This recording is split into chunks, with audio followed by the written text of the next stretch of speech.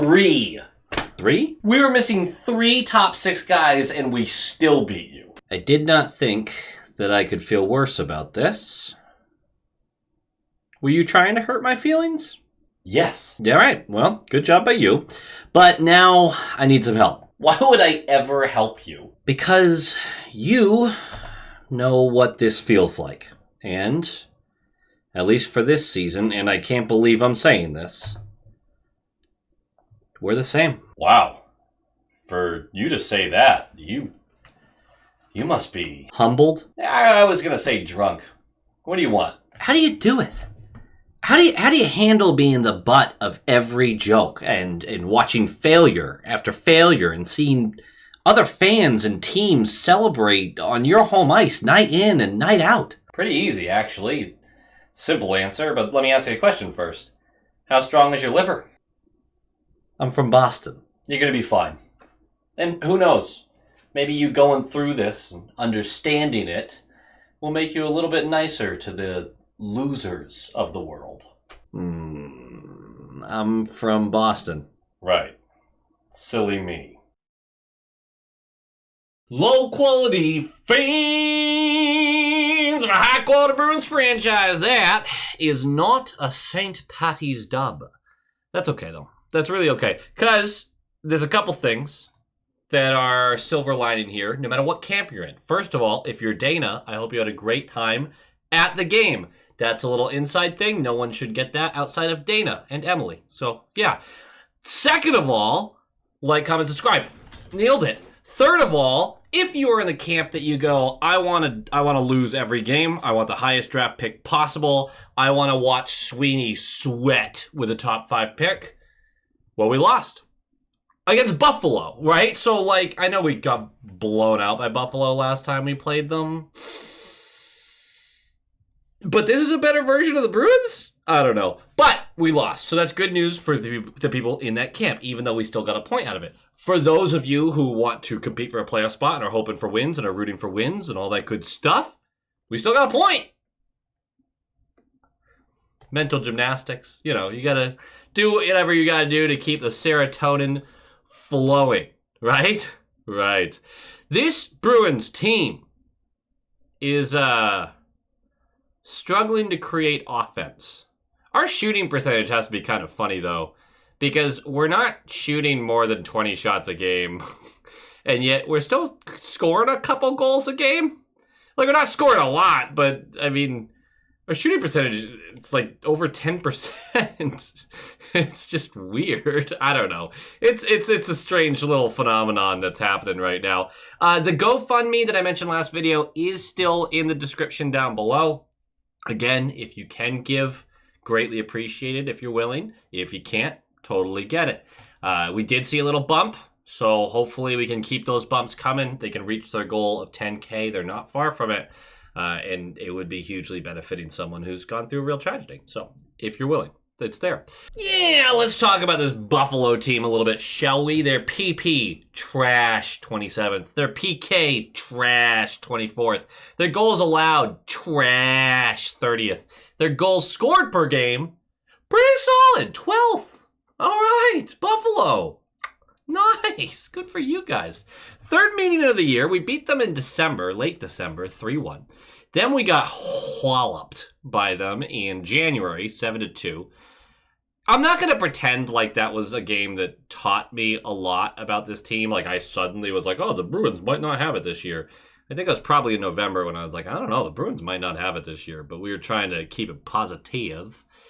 But once again, we stare at this Buffalo team that, on paper, way more talent than the currently rostered Bruins. I mean, McAvoy and Lindholm, of course, out still. But their forwards, at least, you're looking at it going, there's real talent there, right? What's the problem? Why do you guys suck so much?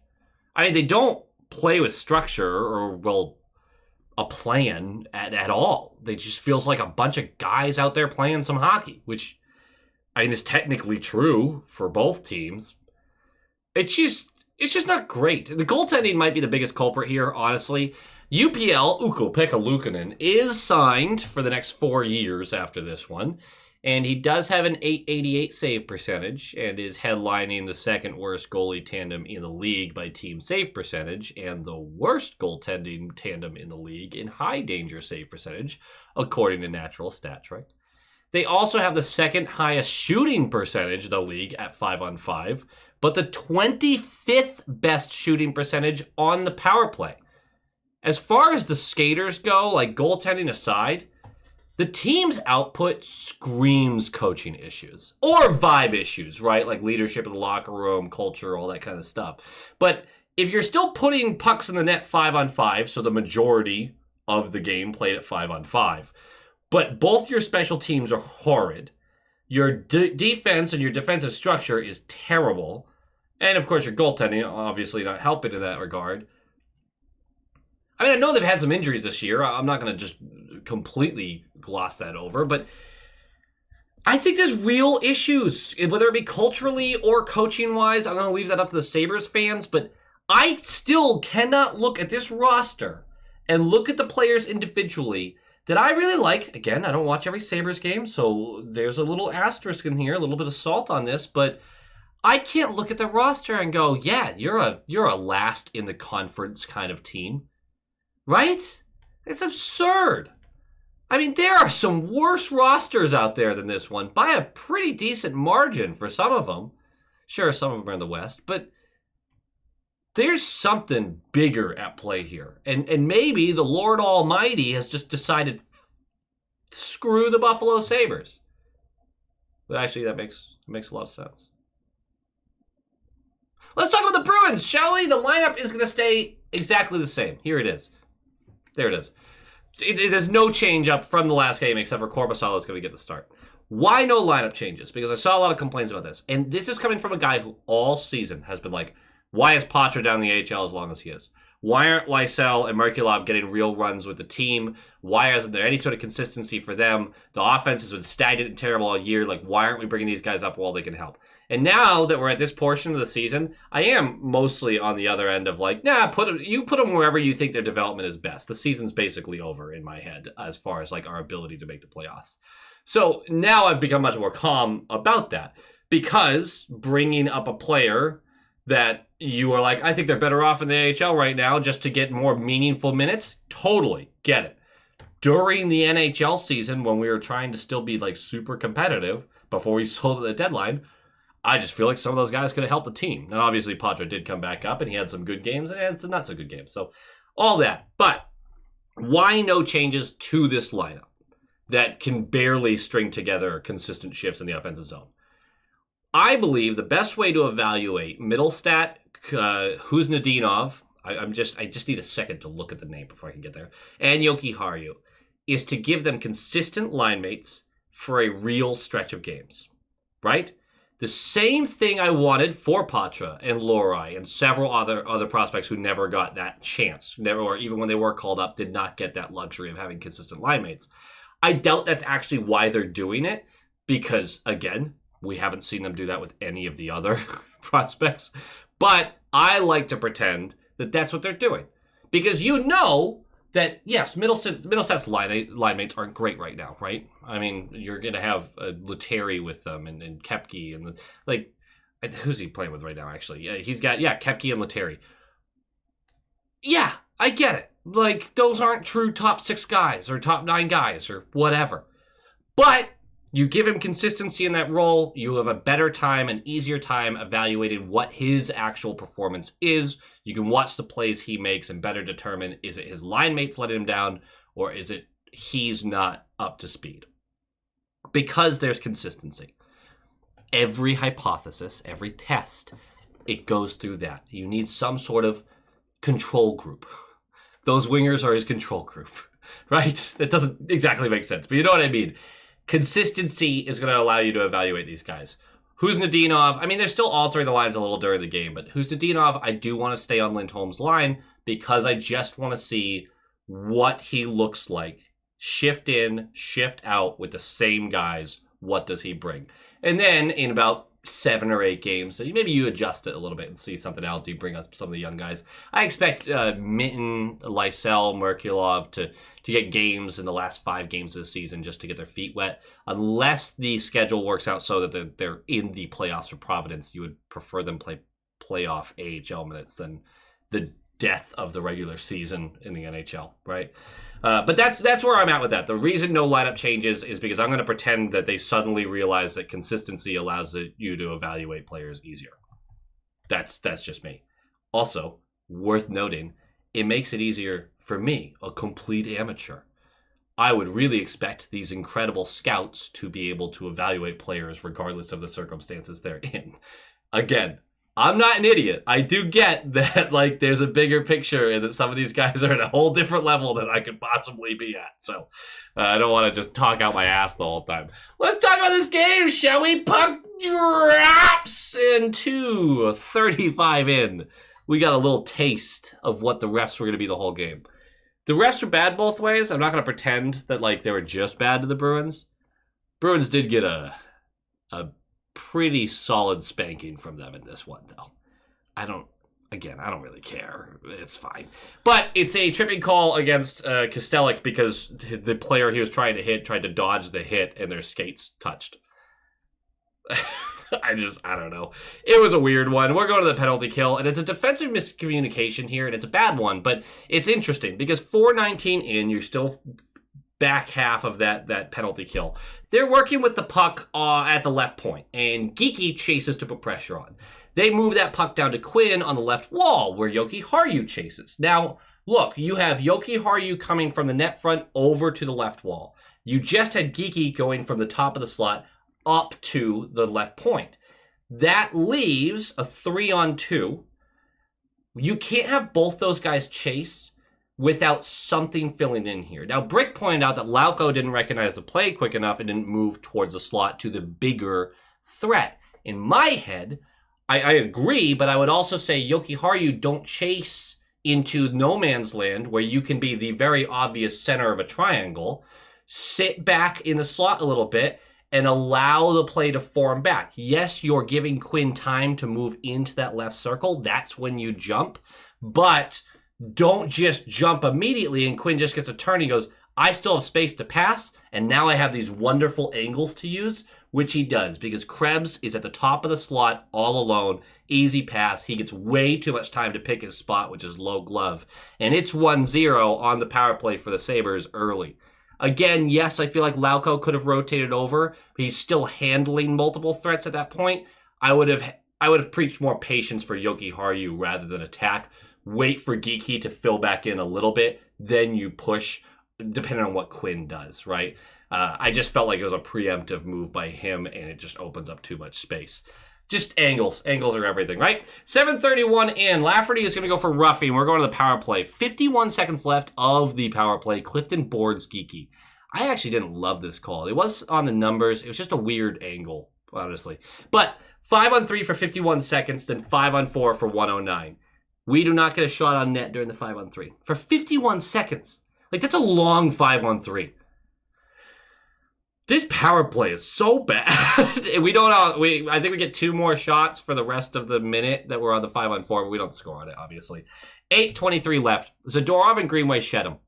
After Zadorov ended my fantasy year, or so I thought. I thought he hurt Tage, but he didn't. He just kind of got him a little good, knocked him off his like blindsided him basically. Not with a huge hit, but just kind of shrugged him down. Tage looked like he got the wind knocked out of him, didn't look comfortable. But Greenway just absolutely does what he should. He's 6'6". He can match Zadorov in size. Let's go, big boy.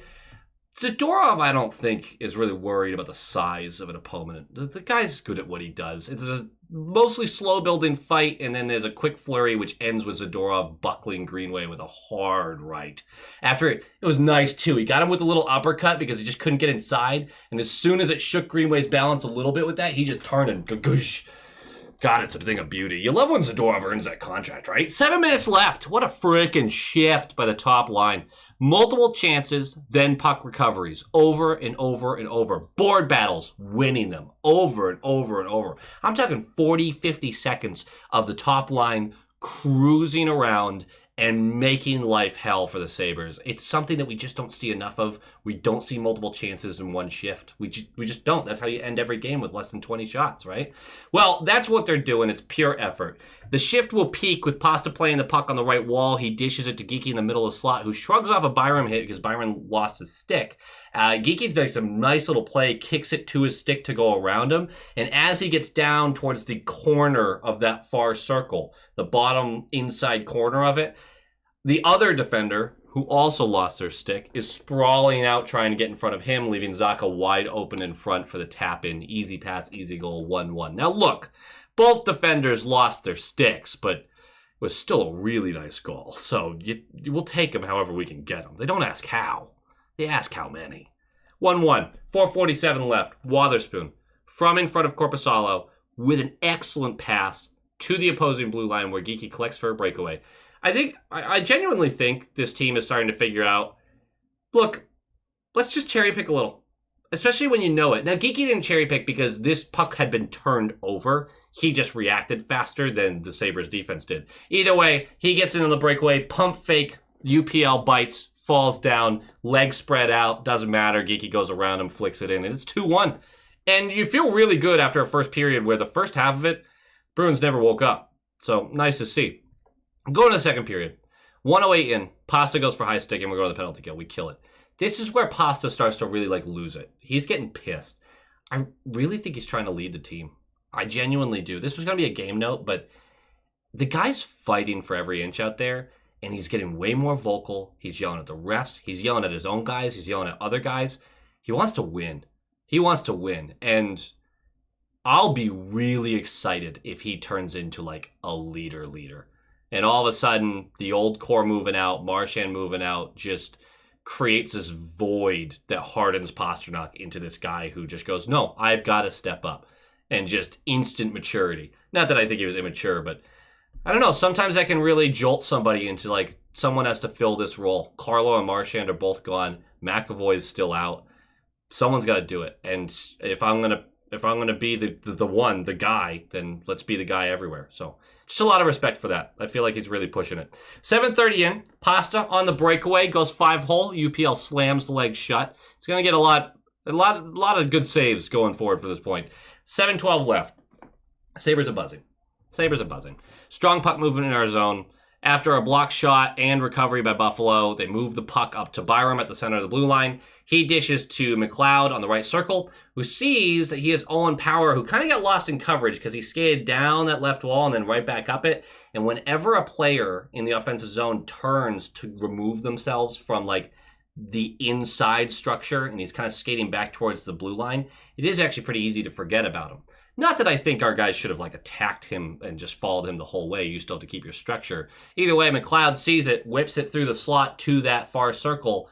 Power collects it, and hate to give it to another team's player, but Sniper Ernie and cheese!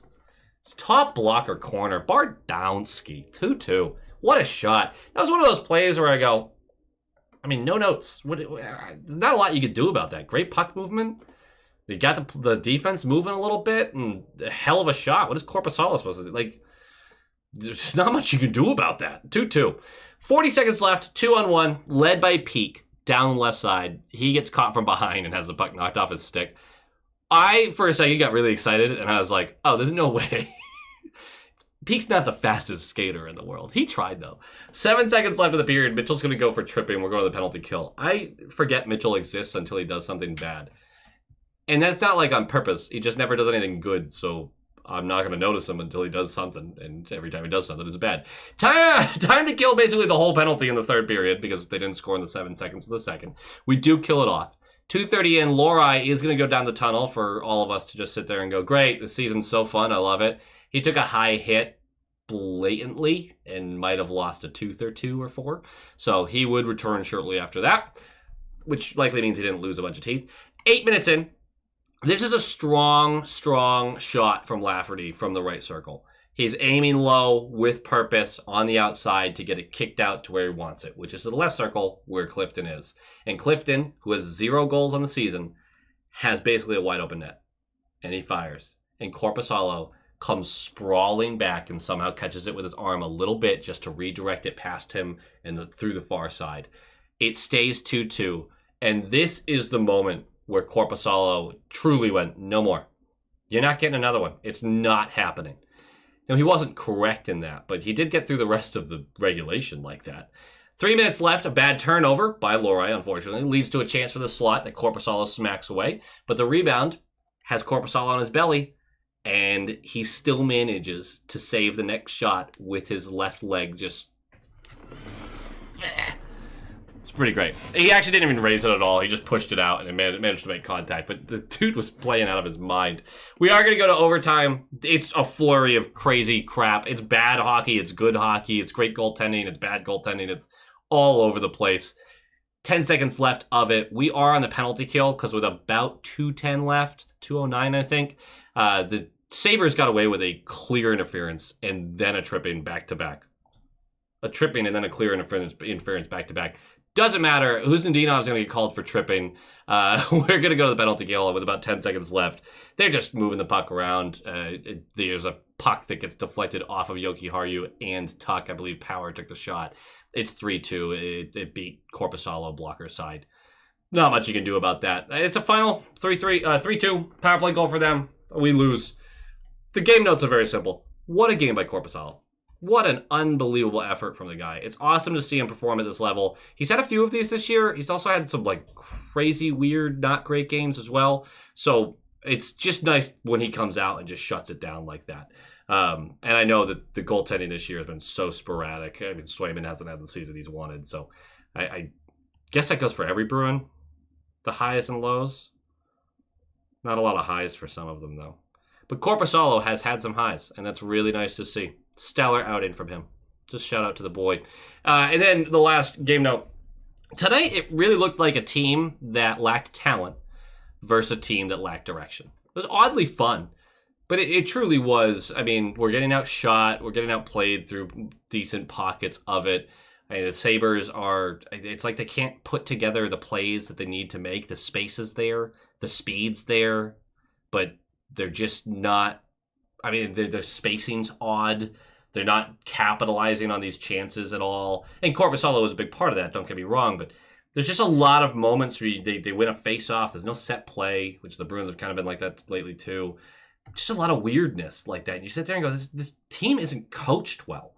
It's either that or they're just not listening to anyone. I don't know, but it's like, there's no plan. There's no plan. They just do stuff. Whereas oftentimes when you watch great hockey teams, I would talk about Dallas and Vegas particularly. When you watch either one of those two teams play, you watch a team with a clear system. The Sabres at no point during this game, power play, shorthanded, 5-on-5, whatever, overtime, there wasn't like a system that they were working through. Not an obvious one to me, at least. I don't know. They still ended up winning though, so what are you going to do? Either way, that's a good effort from the boys. I'll take it. Go Bees. Go Bees! And of course, here at the end of the video, I love to give some shout outs to the fantastic high quality inspectors who help support the channel and keep this running. I super appreciate every single one of you, from the role player tier, the top line tier, and of course the all-star tier. We are going to do our shout outs for this top line tier. Thank you so much to Sean Kreider, Michael Kammerer, Chris and Erica, Kevin Timperley, Quack and Platypus, JM, Shaggy, Adam Ella, Albert Waldron, Negev79, Lola Cattingsworth, EKM Productions, Moonlighter TV, Big Bad Bruin, The Bugman, Jeff with a G, Tommy Braga, Roland22, GD Viperworks, Len Kreutz, Brock Nope, Han Slobo, Coach D, The Atomic Lizard, Bradley Johnson, Brett Arney, Pincent, and Nick Zatrullo. Thank you so much, each and every one of you. Your top line material. But now we got to move on to our all-star tier members, the absolute legends. We have Jacob Pratt, Jake Brower, Dampen, JG's 12, Mark S.,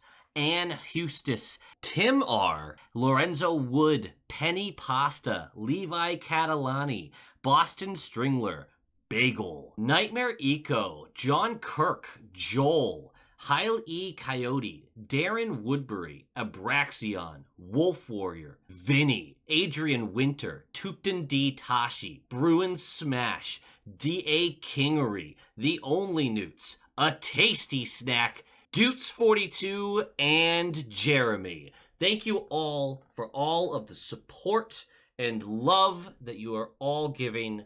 I appreciate each and every one of you. And as always, go Bees!